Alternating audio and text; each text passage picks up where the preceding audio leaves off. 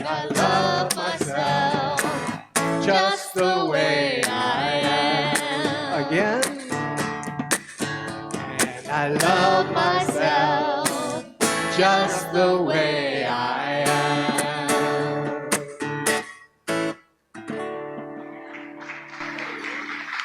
You may be seated. It's a good Sunday. And I believe any Sunday that we're going to talk and focus on love is truly good. And the title today is Love is the Answer. Now, I was reading and I came across my favorite passage in the Bible. It's Mark 12:30-31.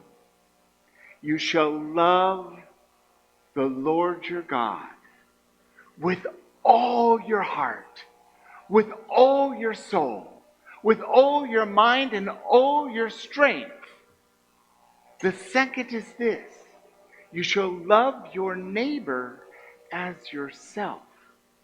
There's no other commandment greater than these. I see this as a recipe.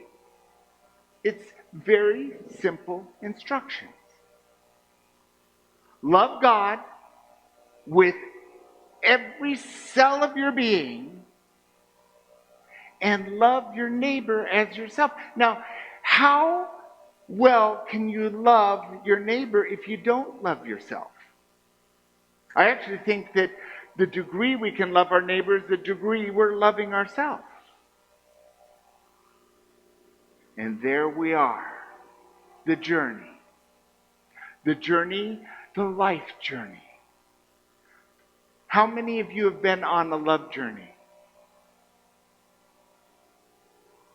Good. And I hope by the end of today, all of you will be able to say, I'm on a love journey. It's important and it's valuable because how do we describe love?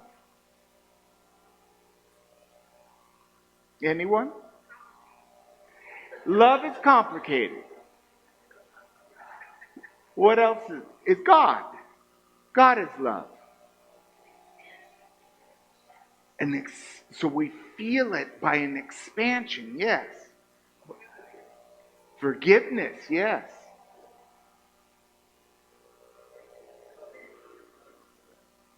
Beautiful. Infinity. God's love is unconditional. And it does not change because we know there's one power in the universe that we identify as God. You could give it spirit, its principle, whatever name you get it, there's only one power. And that love is eternal and unchanging, unconditional. Means it's not love that's given based on your behavior, your attitude, your successes, or your failures. Your love simply for being. And that love is instilled in us as our Christ consciousness. That blessing that is unchanging in us, that Christ template within us. And the spiritual journey is awakening to the Christ. Our Easter journey is that awakening heart into our Christ consciousness. The Christmas story is reborn into that Christ consciousness. And here we are in the middle of the summer, and we're talking about it again. It must be important. So, let's continue with the wisdom. Oh, I love Reverend Jim Murky. He was the dean of the school, Unity School. He's been on the board at Unity. He's led many ministries and written some wonderful books. And he's going to be our keynote speaker at next year's convention. And here he says, until you love yourself, you will be unable to genuinely love your neighbors. So it comes to this. Loving ourselves is a journey. because it's amazing that God's love is hidden inside us. If you want to hide something, the best place to hide it from a human being is hide it inside you. It's there, it's present. But we block it by focusing on the causes and effects of the outside. And although God's in the outside, the only place we can really commune with God is within us. With prayer and meditation, with staying present and walking a path where we're informed and guided to let that love flow through us. Because if we're loving ourselves, we are one with God. And in that oneness, then we can be of service to others. We can help others. We can support others. Love truly is the answer. Ernest Holmes was the founder of Religious Science, Center for Spiritual Living, a great mind, just a profound man. And here he writes, love is a language which is universal, interpreted through every living soul and understood by all. Love begets tolerance. Tolerance begets understanding. An understanding which is able to put itself in other person's place. We can't really put ourselves in another person's place if it's not in a place of love. Because if we put our place in someone else's shoes, not in love, but in fear or anger, it's going to be very messy. And that's where our judgment and our criticism land us. They put us in the very place of being in their shoes and then yelling at them. You're not doing it the way I want. Anyone ever been there? Yeah. It happens because we're human. But I love this. Love is a universal language, and it's interpreted through our lens. Each of us is a divine flame. Each of us is discerning our way through, why am I here? What do I have to bring to this experience of life? Good questions. And it all is based on love. Because it truly, when we have a loving attitude, we have a different choice than if we don't start with love. When you have a loving attitude, even though they cut me off on I-35, then I could look at it as a situation, boy, they have someplace they need to go. I hope they get there safely. Rather than some other thoughts that I have had on the freeway before. But I have changed that attitude. When I'm driving, I'm in charge of my vehicle. I'm not driving any other vehicle. Tolerance allows us to understand each other.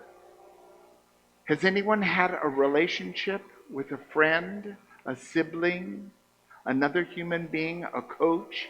Anyone have that experience?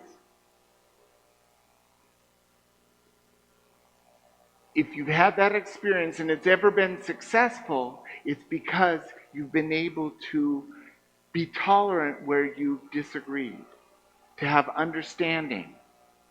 And when we're in a loving space, we're actually able to hear their side. The wonderful community of braver angels that came together as a focus of allowing the blue and the red to come together and speak and be heard and be loved, because we all want the same thing, don't we? We want safety. We want community. We want prosperity. We want good health. We want good education. We want our kids to be safe. Isn't that true? And we come at how to do that in different ways. We might learn something by listening and not identifying at first, you're wrong. You're just wrong.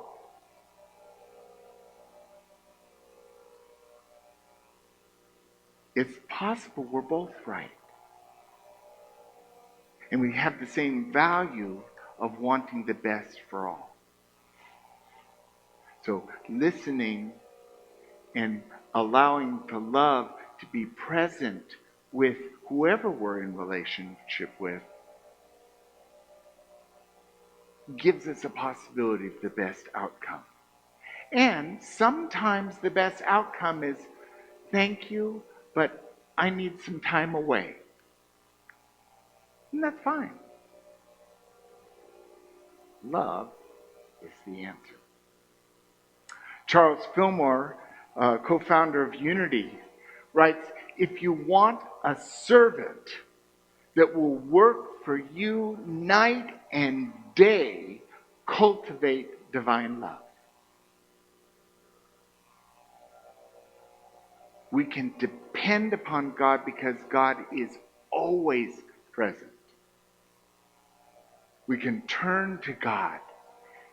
And when we're in right mind, we can be present and say, I don't know which way to go here. Ask God. Or your higher power, whatever name you give it. Give me clear instruction. This or that. It's dependable. We can completely depend on the unconditional support of God because it is unconditional love, always available to us.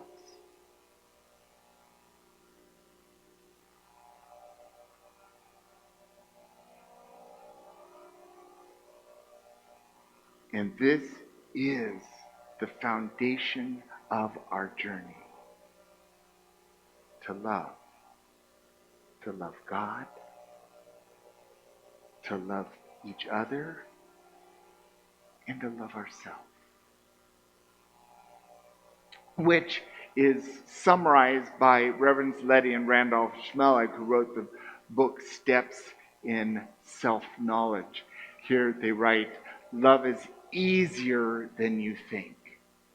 You don't need to strain at it. Think of God. Seek God. Love God. And your life will be a blessing to all. It comes down to love. It comes down to being a presence of love and choosing love over fear, over anger, over shame, over guilt, over remorse. We know what all these things are. We've walked through them many times. I believe that love is actually the easiest answer. And I know what it feels like when I know I'm right. And it may not be easy, but it's sure given me a lot of energy because I'm right and you're going to know about it. Ever been there? Yes. It's not the easy way. And when all the walls are broken down, or the mess, or the fight is over, you still eventually come back to love. All that shouting, and you still come to love. Because it really is the easiest way. So I'm going to ask you this week to join me on a journey that I've already been on. At the conference, Reverend Paulette Pipe, is an amazing woman, led a one-day retreat, and she challenged us to a 40-day love letter writing journey. And in it, you write a letter to yourself, a love letter. And so I've been doing it since the convention. My last day of 40 days will be August 1st. I'm asking you to join me for 7 days. If you want to do it for 40 days, you can. But I'm asking you to do 7 days. Write a love letter to yourself. Be clear in your observations and share your unconditional love with yourself. This is not a time of, if you cleaned up your bedroom, I'll love you better. It's not that kind of a letter. This is a love letter. So say the words to yourself you would want someone to say to you that loves you dearly. So you can use special stationery. It can be scented or unscented. It could be cards. Whatever you choose. Address it to yourself, put a stamp on it, and mail it. When you receive it, before you open it, give yourself some time. Sit in a comfortable chair and read the letter. Now, I can tell you, it has been very surprising opening these letters I've mailed to myself. There's inspiration. They're not the same. It's new stuff every single day. I write it every day. I wrote mine this morning. It's revealing. And I'm gonna save this stack of 40 letters to go back and read. It's like a journal. It's really powerful. So if you choose to take part in this, do it and be real with yourself. Observe things about yourself you really love. And write it, dear, your name, and speak to them as you're speaking to someone else. The journey of love is a lifetime journey. A journey of awakening to God and letting that love flow through us. And love is the answer.